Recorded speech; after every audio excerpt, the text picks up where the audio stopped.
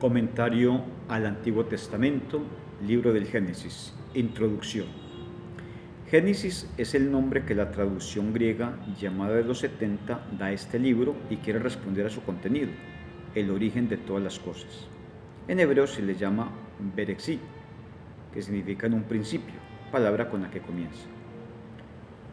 Primero, estructura y contenido. Génesis es un libro con personalidad propia que, como su nombre indica, revela aquellos elementos primordiales subyacentes en las ilusiones y temores de todos los hombres y de Israel. La humanidad protagoniza su primera parte, de Génesis capítulo 1 al 11. E Israel se pregunta sobre su origen en la segunda parte, Génesis capítulo 12 al 50. Cuestiones como la condición humana, la situación de la sociedad, el porqué de la vida y de la muerte, de la atracción sexual, de la diversidad de lenguas y naciones, se escalonan en los diversos relatos que constituyen la sección inicial. No es la respuesta que convenza hoy a todo el mundo, pero intenta encontrar una explicación. Su enfoque es religioso. Ve a la divinidad en todo y supone que sin ella nada tiene sentido. Ni el bien ni el mal, ni la vida ni la muerte, ni el matrimonio ni la fraternidad. Dos son las fuerzas que mueven la historia: el amor de un Dios tan cercano como un padre y la libertad del hombre que, pudiendo hacer de la existencia un acontecimiento feliz, la convierte en una agonía.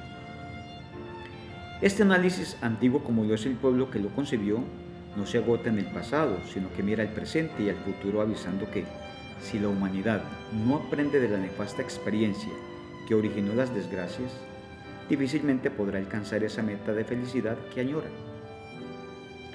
Israel, por su parte, intentó en esta historia autocomprenderse como nación en el conjunto de los pueblos. Sus inicios se movían entre recuerdos ambivalentes y contrapuestos. Unos situaban a sus antepasados más allá del río Éufrates, en Mesopotamia. Otros relacionaban su origen con unos escapados de Egipto. ¿Dónde estaba de verdad su origen? Cuando este libro se escribió, las tradiciones sobre la salida de Egipto estaban ya consagradas. Pero, ¿qué decir de su otra tierra original? También el pueblo escudriñaba en el pasado para saber quiénes eran y de dónde habían venido sus antepasados. En la segunda parte, Génesis del 12 al 50, Génesis aporta una solución. El padre de la nación vino de Ur de los Caldeos y los hijos de Jacob, progenitores y epónimos de las 12 tribus, habían nacido en tierras arameas. Un día alguien arrastró a un joven, hijo de Jacob, a Egipto. Llegó a ser un personaje y hasta allí llevó a su padre y hermanos. Finalmente, la contradicción estaba superada. Los que salieron huyendo del país del Nilo eran descendientes de aquellos otros que habían venido de más allá del río. Una respuesta verosímil que, superando la ambigüedad, daba a Israel una identidad entre las naciones del entorno. Por esta razón, Génesis alcanza toda su valía en el conjunto que forman los 5 libros llamados de Moisés o Pentateuco. En el centro de los mismos campea la salida de Egipto como eje central. En Génesis tiene como función el marcar y preparar este acontecimiento fundamental. Su tema será lo que pasó antes de la historia, o sea, una prehistoria. El genio israelita la dividió en 2 partes. Una remota, el ciclo de los orígenes, cuyo protagonista es la humanidad sin fisuras, y otra próxima, el ciclo de los patriarcas, que conserva los recuerdos de aquel árbol familiar que le otorga una identidad. Hijos de Israel o israelitas. Estas tradiciones son originales y originantes para Israel, como las precedentes lo son para toda la humanidad. Al vertebrarlas, Abraham alcanza el primer rango, debido tal vez a la primacía que gozaba la tribu de Judá cuando se compuso el primer esbozo de historia, hacia el siglo XI a.C. Los recuerdos de Isaac sirven para presentar a quien daría nombre a la nación, Jacob, Israel, y son los relatos que tienen como protagonista a Jacob y a José, los que sirven de puente entre los ciclos patriarcales y el de la salida de Egipto. De esta forma cuaja el esquema teológico de promesa-cumplimiento que da unidad al Pentateuco. En Génesis, Dios da su palabra y los libros siguientes narran su realización. Génesis, a pesar de estos dos bloques tan diferentes, posee unidad y coherencia visible en estos aspectos. Primero, la historia que narra Génesis tiene unidad temporal, va desde la creación del mundo, véase Génesis 1, a Abraham, véase Génesis 2, y de este a través de José a Israel en Egipto, véase Génesis 46. Sin duda se trata de una articulación artificial, pero hace lógico y aceptable el desarrollo de los hechos. Segundo, en cuanto a los temas, existe una contraposición pretendida y evidente entre los dos ciclos. El de los orígenes explica cómo el pecado frustró los proyectos divinos, personificados en Adán y Noé. Y el patriarcal muestra la eficacia de la bendición divina y la rehabilitación de sus designios, primero en Abraham, la contrafigura de Adán, y luego en su descendencia. 3. El tratamiento literario por medio de leyendas hace homogéneos los episodios que en este libro se cuentan. Las leyendas se basan en datos reales, muy simples y concretos. El nombre de una persona o tribu, de un lugar, de un itinerario o una tradición. El encuentro del protagonista con la divinidad, la salida para los pastos del invierno. La composición en principio oral utiliza tópicos conocidos, como las disensiones familiares entre esposos, Adán y Eva, Abraham y Sara, hermanos, Caín y Abel, Esaú y Jacob, padres e hijos, Noé y Can, Jacob y los suyos. Son frecuentes las etiologías, del griego aitia, que significa causa, relatos de extracción popular que pretenden explicar algo interesante o que llama la atención. El nombre de una persona, Isaac, Ismael, Jacob, de un lugar o santuario, como Babel, Betel, Moria. Una situación, la mujer esposa, la diversidad de las lenguas, el origen inmortal del hombre. Una costumbre, la señal de Caín. El modo de vida de un pueblo, ismaelitas, cainitas. La característica de un animal, serpientes sin patas. La mayoría de estas leyendas pretenden inculcar una enseñanza religiosa. 4. A las semejanzas en temas y en el procedimiento literario propias de los relatos debidos al documento yavista, hay que sumar las genealogías o listas de personajes, obra de la escuela sacerdotal, que forman la columna vertebral de ambos siglos y estructuran la historia de forma sincrónica al contemplarlas en su conjunto en la forma que hoy tiene. A partir de estas genealogías se pueden dividir ambos ciclos en las partes siguientes.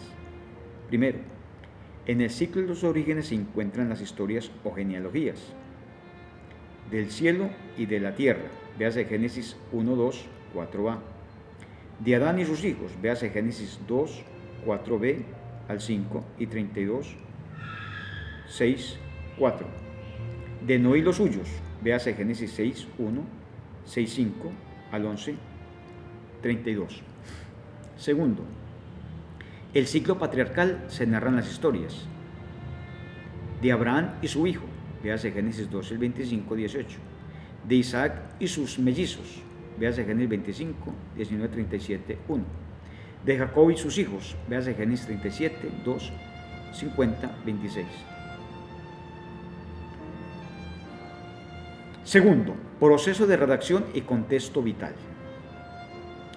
Génesis constituye la primera parte de una gran obra literaria que abarca desde el comienzo de todo hasta el final del segundo libro de los Reyes, obra que cuajó a lo largo de varios siglos, y para su composición los autores han ido echando mano de cuantos materiales tenían a su alcance. El estrato más antiguo son recuerdos de lugares, personas y pueblos.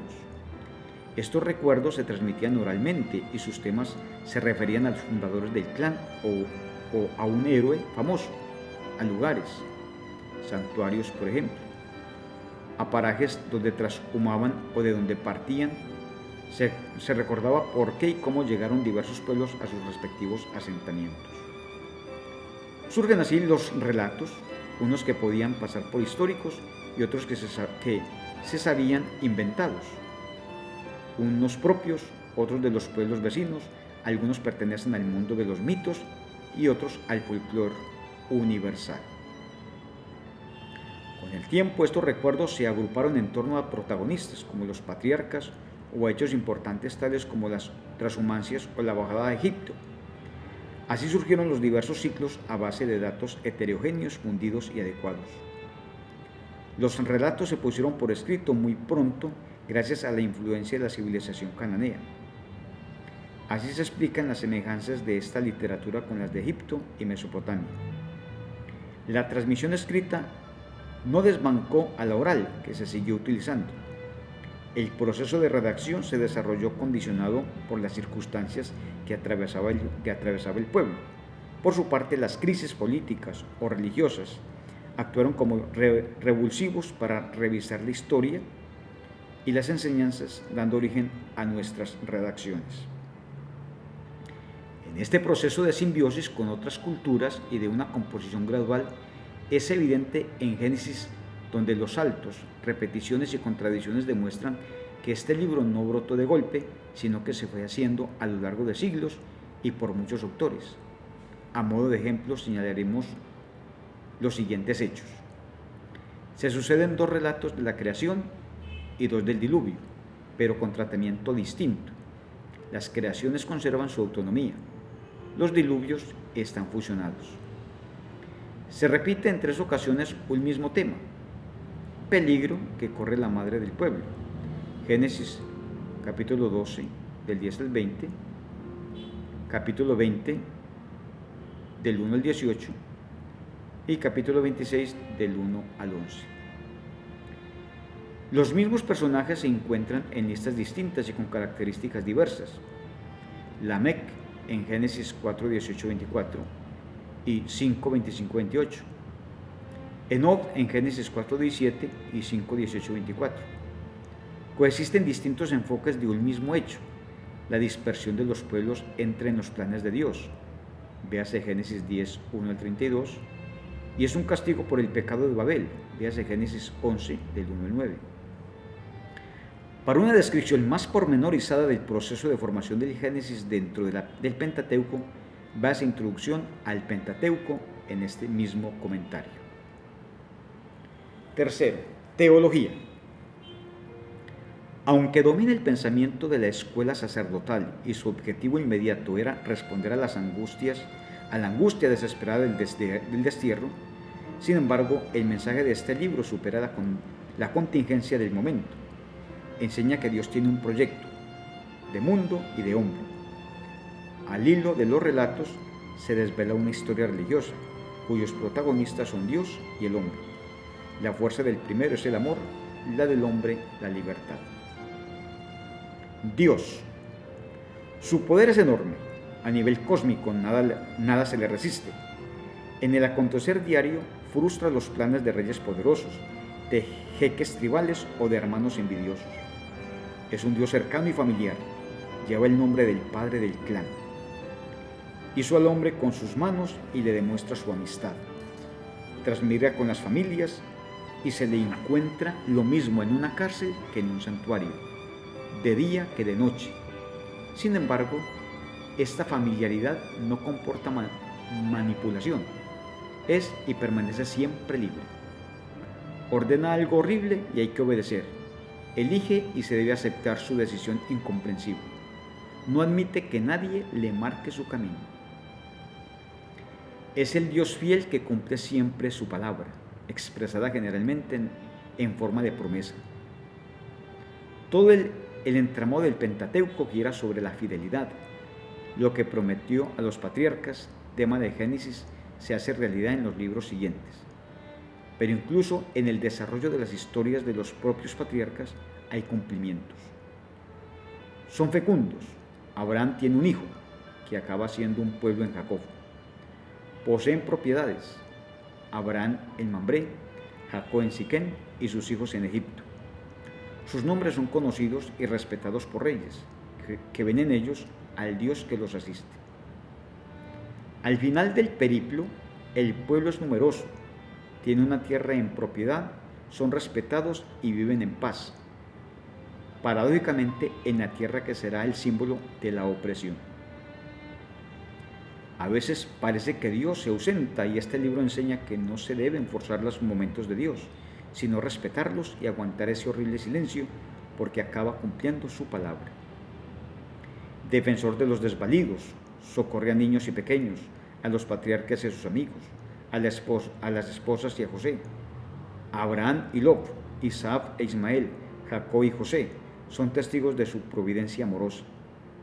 Gracias a Abraham se salva Lot y por José llega la bendición a su familia y a todo el mundo, incluido Egipto. Es un Dios que acepta la colaboración humana. Al final de Génesis, Jacob en su lecho de muerte le agradece ser ángel y pastor y redentor. Génesis 4, 15 al 16. Este Dios, enseña el texto, tiene un punto débil. Se deja vencer por la oración o por la intercesión de un amigo. Conoce la debilidad del ser humano. Perdona una y otra vez, su corazón es de padre. Génesis, al revelar la fidelidad divina por un lado y las promesas por otro, proporciona al creyente un arma más para forzar a Dios, al Dios libre y cumplidor, a apelar a su lealtad, y cuando todo esto falla, enseña a buscar amparo y refugio en su misericordia. La acción salvadora del Señor se abre a dos planos, creando y bendiciendo, dando el ser y haciendo feliz. Si la primera creación fracasó en distintos momentos, Génesis del 1 al 11, con Abraham se abre una nueva que culminará en el Mesías, Hijo de Dios y del patriarca, etapa en la que la bendición se impone. Génesis 12 al 50. Bendición. La bendición es un acto creador que tiene fuerza desde el momento en que se pronuncia y da sus frutos porque está animada por la fuerza divina. Es irreversible, aunque no se transmite mecánicamente, ni es propiedad de nadie, ni siquiera del primogénito, sino que precisa de un acto voluntario del que la otorga. La bendición es el origen, la suma y el resultado final de las promesas, elemento integrador de este libro. Las frecuentes expresiones, dichos de promesas aglutinan recuerdos, a veces independientes, de los protagonistas y les dan valor teológico. Los objetos de las promesas son variados: un hijo o una gran descendencia, un país donde asentarse, la protección para un viaje, el bienestar en el lugar del asentamiento. Hay una preocupación por mostrar su cumplimiento, de ahí las continuas alusiones a la prosperidad, riquezas y prestigio de los patriarcas. Bendición y promesas demuestran el amor, poder y fidelidad de Dios. Por eso se van realizando a pesar de las infidelidades de los padres, hasta culminar asentados en Egipto, respetados y gozando de independencia y bienestar. Al unir bendición y promesa, la primera se convierte en una actitud permanente de Dios, que mira el futuro, pero cuya garantía reside en el pasado. Por eso, las promesas, al irse realizando, pueden enriquecerse con nuevos matices que superan sus contenidos iniciales. La promesa de la tierra incluirá el reino davídico y mesiánico. La universalidad primera abrazará a todos los hombres de todos los tiempos, se convertirá en salvación universal. De ahí que cuando Dios promete en Génesis alcanza profundidad mesiánica y escatológica. El hombre. El hombre es creado a imagen y semejanza de Dios, formado de barro y aliento divino, feliz en su trabajo y en armonía consigo mismo y con cuanto lo rodea. Pero el Dios libre hizo a su criatura dotada de libertad. Quiso tener a su lado a un amigo, el hombre, y verlo feliz, pero libre también como él. Y como respeta las reglas del juego, acepta que la criatura se le subleve y reaccione de forma egoísta. Cuando esto sucede, las desgracias arrasan a la creación y parece que todo termina. Si gracias a la palabra el Señor venció al caos y dio origen a la vida, esta se convirtió en algo maldito cuando el hombre dejó a Dios de lado y se creyó dueño de su destino. La fe bíblica. Aprovechando los relatos del texto, delinea la figura del creyente. Al Dios fiel, el hombre debe responder con fidelidad. Dudar de su lealtad es la tentación radical. La fe es un encuentro personal en el que el Señor toma la iniciativa. Encuentro decisivo en la vida del creyente en el que se mezcla la confianza, el vacío de sí mismo y la obediencia. Adán debe confiar y obedecer. Caín aceptar la elección de su hermano y los constructores de Babel su dependencia. Abraham su desarraigo del pasado poniendo en manos divinas su futuro. Toda la vida de Jacob es un llegarse y huir de ese Dios que no lo abandona. Para José el encuentro se dará en momentos terribles. La fe exige empobrecimiento y riesgo, aceptar la dependencia de Dios en los casos de Adán, Eva, de Caín y de las gentes de Babel. En Abraham se retrata la opción radical del creyente. Una voz sin más le ordena abandonarlo todo, pasado y presente, y fiarse. Responder sí, dejar de ser lo que es y buscar otra identidad. Dios reconocerá su fe, véase Génesis 15:6, y su obediencia, véase Génesis 22:12-16. Abraham se convierte en un hombre de confianza. Jacob, forajido por su propia culpa, acepta su situación y, tras encontrarse con Dios, marcha a la búsqueda de una vida nueva. Devolverá lo que robó y tras largos años de prueba, cuando está a punto de llegar a su objetivo, se refugia en la oración, hace frente al mismo Dios, admite su culpa y el Señor le cambia el nombre, lo convierte en otro. Véase Génesis 32, 23, 33. La fe conduce a la conversión y por ella al hombre nuevo. En el caso de José, el empobrecimiento y el riesgo le son exigidos por la misma vida y modelo de creyente. Acepta en silencio su condición, aguanta y sufre la ausencia de Dios. Su confianza no queda defraudada. La confianza en Dios debe llenar el vacío que conlleva la fe. La fortaleza del creyente está en el Señor. Se fía de Él a pesar de las dificultades y absurdos que la vida lleva aparejados. El aspecto paradójico de las promesas revela esta confianza ciega. A una pareja de ancianos y ella estéril, Dios le asegura que serán padres de una gran nación. Y cuando Abraham se queja de que su hijo no llega, el Señor le asegura que su descendencia será más numerosa que las estrellas del cielo y sin más motivos. Abraham cree en Él. Solo, sin nada encima, abandonado y huyendo, Jacob recibe una promesa inmensa. Poseerá aquella tierra sobre la que duerme, y un maldito, como es él, será vehículo de bendición. Dios promete a gente sin título alguno que la tierra que pisan será suya, y la tierra está en manos de pueblos numerosos y fuertes. José es un joven que sueña ser adorado por el sol, la luna y 11 estrellas. Aprovechando las aventuras y desventuras de este héroe, el texto retrata la figura del hombre que confió en Dios. Esta es la vocación del individuo y de la comunidad creyente: buscar a Dios en el deshacimiento, con riesgo y confianza.